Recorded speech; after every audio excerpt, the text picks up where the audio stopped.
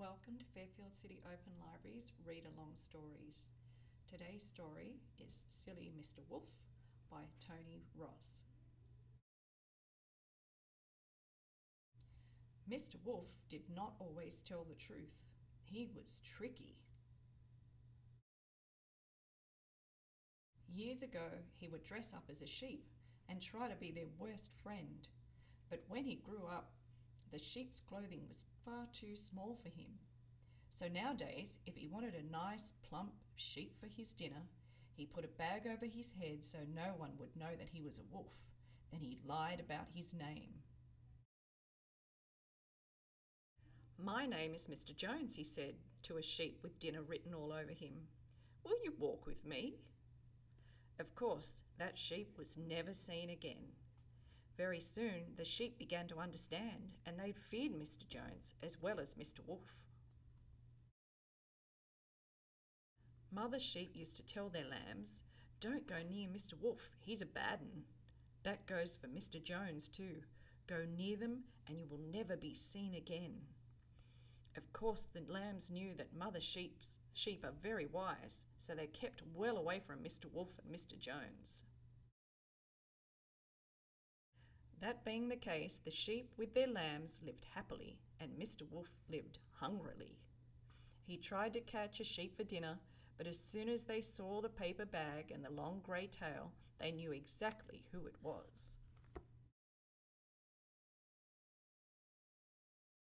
"Run for your lives," they bleated. "It's Mr. Wolf." "Or Mr. Jones," cried the others. The sheep did run for their lives, and Mr. Wolf went hungry. "This is no good," snarled Mr. Wolf to himself. "I must become someone else, someone they don't know." Mr. Wolf put on a new suit and a bigger paper bag on his head. "Hello, sheep," he smiled. "I am not a wolf. I am Mr. Smith." The sheep smiled back. "It's good that you are not a wolf, Mr. Smith," they said. "Welcome." Mr. Wolf pounced and stuffed a sheep into his dinner bag.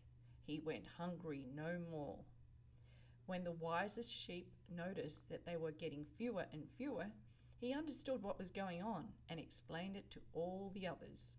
So now the sheep kept well away from Mr. Wolf and Mr. Jones and Mr. Smith. When Mr. Wolf was ready for another sheepy supper, he put on different clothes and a bigger paper bag. "Hello," he purred. "I'm Mr. Thompson. I'm not a wolf." "That's okay then," smiled the sheep, until Mr. Wolf pounced. The sheep agreed it was time for a serious talk. "We must get sticks to drive away Mr. Wolf," said the wisest sheep. "That's the idea," agreed the others, and they picked up large and dangerous sticks. There was one old sheep who disagreed. "Yes, we can whack Mr. Wolf, but what about all the others?" he asked. "What others?" cried the rest of the sheep. "Well, his friends, Mr. Jones and Mr. Smith and Mr. Thompson. There are 4 of them. We cannot drive away 4 wolves."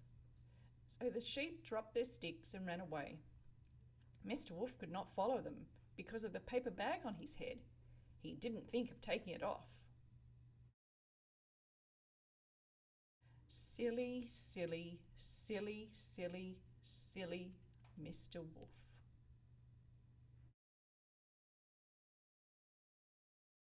And that's the end of our story.